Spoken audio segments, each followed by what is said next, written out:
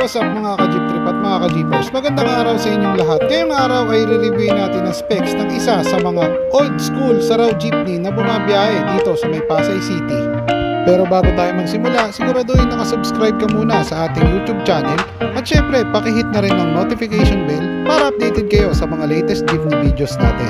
Kaya tara, samahan nyo ako reviewin ang specs ng isa sa mga matatandang jeepney na sa kabila ng katandaan nito at kalumaan ay na-maintain pa rin ng ilang dekada ng namayapa na itong may-ari.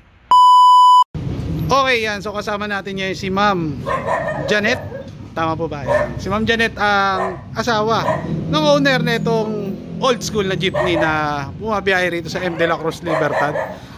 Ang girlfriend jeepney. Ma'am, kwentuhan nyo naman po kami about sa jeepney, sir. Okay ma'am, so anong model pala natin siya nabili? Nabili 1987. 1987. So ito po yun ma'am, yung nakalagay sa bumper, no?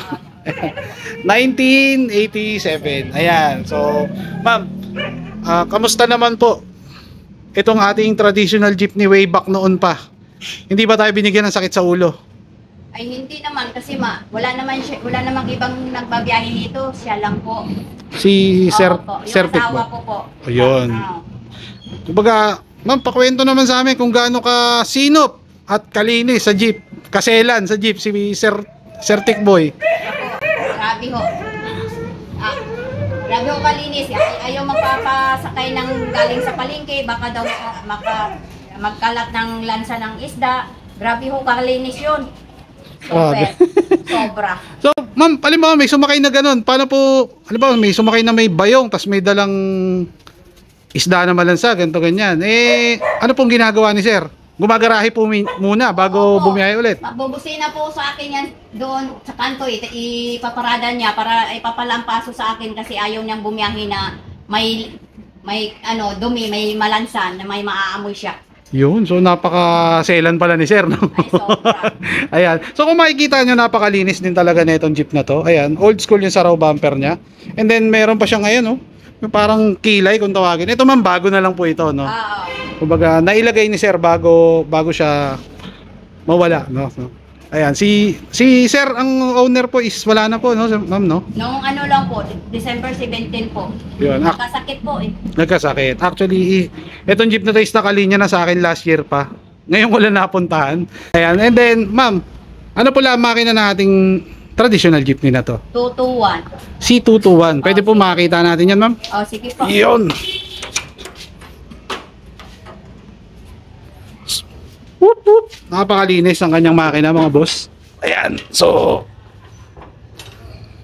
pag nakita nyo, C221 ang kanyang makina. Hanggang ngayon, tumatakbo pa rin. So, ma'am, nung nabubuhay pa si sir, may plano po ba siyang palitan yan? Opo. Ano pong 240 modelo po sana. C240. Ayan. Pero hindi na po napalitan since Hindi na kasi yung ipon namin, nag-ipon kami ng pambili kasi 75k daw yun. Wala, naubos sa papagamot sa kanya. Ayun.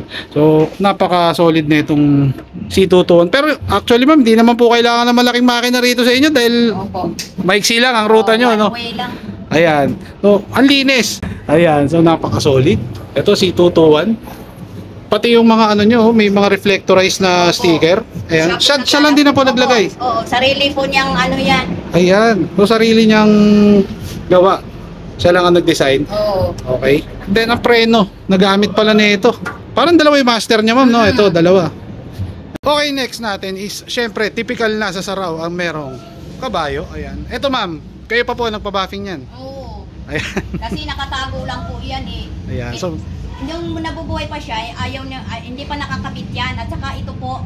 ayan o, yung mga old school na antena to, yo. Sa owner po to, bigay ng may-ari ng bahay. Anak. So, binigay lang. Oo. Ayan. So, napaka-solid na ito. Napakakinis ng kanilang mga kabayo. Bagong buffing. Ayan. And then, syempre, yung old look na ito is meron siyang visor, girlfriend, yung pangalan. Opo. And then, yun, may mga ilaw-ilaw pa sa gilid. So, typical na 80s model ng Saraw. So, ma'am, way back noon, magkano bilhin natin dito? Ay, mura pa to nung araw. Nasa magkano kaya? May idea kaya sila? Nasa ano lang yata ang bili niya? 20 plus o 40 plus. 40 plus? Oo, kay Ochoa po. Ayun. So ma'am, ito is ilang seater po pala? 6. Opo, 7-seater. 7-seater. Ayan. So, tingnan natin yung kanilang interior sa loob. Ayan, oh. Napaka-solid. Typical na jeep. Ayan, pag nakita nyo, ito ganito ang itsura ng jeep way back 80s, no? Ayan. Dito tayo sa loob. Ayan. Ayan. So, ito yung kanilang, medyo madilim lang. Ito yung kanilang interior. So, 7-seater to, ma'am. Tama po? Opo. Ayan. So, tingnan natin yung kanilang interior dito sa loob. Old school na Isusong manibela. Meron pa yan dito. Ayan, oh. Working yan. Working yan. Nagana yung kanilang busina. Ayan. Yun, oh. Naka-Bosch na Naka-Bosch Europa siya pero dito sa kabila gumagana. Ang galing. So, ngayon lang ako nakakita na sinaunang manibela na hanggang ngayon gumagana pa rin. Pati yung gearbox niya, sir, no? Original pa yan, no? Ayan. So, Gearbox, dati rin yan. Original. gearbox original din. So, ito rin, no? Meron din dito, yun, no? Pioneer na Derelo. 8-track ba to, sir? Hindi, yung cassette? Wala na cassette? Apo. Oo. Kinonvert niya ng Bluetooth. Naka-convert na sa Bluetooth. Oo. Ayan. So, pag nakita nyo ang kanilang dashboard, napakasimple. May USB. Ayan. Ito ba si sir? Opo, yan po siya. Ayan. So, ito pala si sir. Sir Tikboy. Ayan. Buitik. Boytik. Ayan. So, napaka-solid na itong jeep na to. 7-seater. And then, yung kanyang itsura ay wala pa rin binabago. Yung pa rin. Simula nung 80s. Ito ang kanilang mga design. Ayan. And then, syempre, yung kanilang mga upuan. Itong mga upuan is, alam ko, nasa 25 years na daw, sabi nila. Hanggang ngayon, buo pa rin. Intact pa rin. So, tignan natin. Ayan, oh. Oo nga, oh. Solid na solid. So, simula pa daw nung pinagawa to, ganyan na talaga yung upuan niya. 20 to 25 years na yung tagal. Ayan. Okay, dito naman tayo sa mudguard sa likod. Maybelline. So, si Maybelline ay yung anak nila. Opo. So, usually, way back ang mga jeep nun, laging pinapangalan sa mga anak, no? Ayan. And then, Tolentino family. Ayan. Nakalagay lang dito, Tolentino special, ma'am, no? Pero gawang saro po ito. Oo, sarap. So, sticker lang po ito, nilagay lang. Ayan. Nagpagawa lang siya. Nagpagawa lang siya. Okay, so next natin, yung mga design, no? Old school na old school pa rin. Yung ilalim. Ayan. And then, tingin tayo sa ilalim. Mga boss. Ayan, no? So, makikita nyo ang ilalim. Napakalinis ng kanilang ilalim. Ayan, no? Parang hindi ginagamit, eh. Ayan, no? Pati yung chassis pinturado, malinis din. And then yung hubcap. And then syempre, oh, naka-tire block nga rin yung gulong, eh. Oh. Makina tutungan, walang katas. Ayun, oh. Transmission. Ayun, oh. Napaka-solid na ito, mga boss. Sana all. So, 101% na na-starstruck ako sa jeep na to. Hindi nyo akalain na meron pang bumabiyahe na ganito dito sa M. De La Cruz, Libertad. Ayan. Ma'am, shoutout. So, kasama natin si Ma'am Maybelline. Siya yung nakalagay doon sa likod sa mudguard. Actually, anak din siya ni Sir Boytik, no? Ayan. So, shoutouts, ma'am. Baka may mga babatiin po tayo. Babatiin ko lang yung kapatid ko sa Canada, Mhm. yung kamag-anak ko sa Australia, yung mga Asuncion family, Mhm. tapos sa kapatid ko sa Cebu, sa Osamis, Mhm. basta lahat ng kamag-anak ko sa Mindanao. Yun. Ma'am, kayo po. Shoutout ko naman po yung mga katrabaho ko sa McDo, Ayun. mga managers po namin sa McDo, mga dati ko po kaklase, mga kaibigan ko po. Mm. Yan po. Saan McDo branch po sila, ma'am? Buendia Pasay. Buendia Pasay, yun. So, shoutout natin yung mga taga Buendia Pasay. Okay, maraming salamat po sa inyong dalawa. Ayan. At sana po tumagal pa lalo itong ating traditional jeep na to. Gagawin na lang po namin itong memorabilia. Actually, mahal na mahal po Opo. ni Sir Tikboy itong jeep na to. Ito At na lang pong tanging na alaala alaala sa kanya. na naiwan. Ayan. So, ma'am, maraming salamat po. Ayan, thank you po. Natin syempre si Boss Janil. Si Boss Janil na nagturo sa akin dito sa lugar na to sa Pasay. Sir, shoutouts, baka may mga babatiin tayo. Shoutout na lang sa mga tropang top. Lahat po ng nabiyahe ng top. Baclaran, Visoria, MCU, tsaka Quiapo. Kaya po, ayan. Lahat ng mga tropa dyan. Tsaka sa mga kapwa ko rin driver.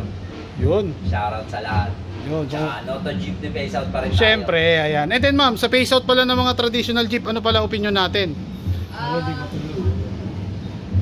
Wag naman po sana, Mhm. i-convert na lang po. po, yung susundin na lang po yung mga requirements, magpalit ng makina. O, kasi marami pong mawawala ng ano po, Hanap buhay. Tama po, tama po. Opo, hindi po maka-afford na bumili ng modern na jeep na nagkakalagang basta mahal po. Opo, mahal po yun. Oo, medyo And then, po. ma'am, ikaw po, as a commuter din po, ano pong opinion natin sa jeepney phase out? Huwag naman po sana kasi po, mas mura po. Mas mura pa masahe, no? Kaysa sa modern, ano? Tama ka dyan. Actually, ang traditional jeep is pangmasa talaga siya. Yung presyo ng kanyang pamasahe, hindi kagaya sa modern, no? Alagaan lang naman eh. Ayun. Ano naman, di ba? Kumbaga, ayan, alagaan lang, oh. Ito, sino magkakala na 1987 model na to? At hanggang ngayon ay buhay pa rin. So, ayan, maraming salamat po sa inyo. Ayan, at nabiyahe sa M. De La Cruz. Sir, maraming salamat po. Si Sir ay isa din sa anak po, Sir, na tama po, ni Sir Boytik. Ayan. So, maraming salamat. Ayan.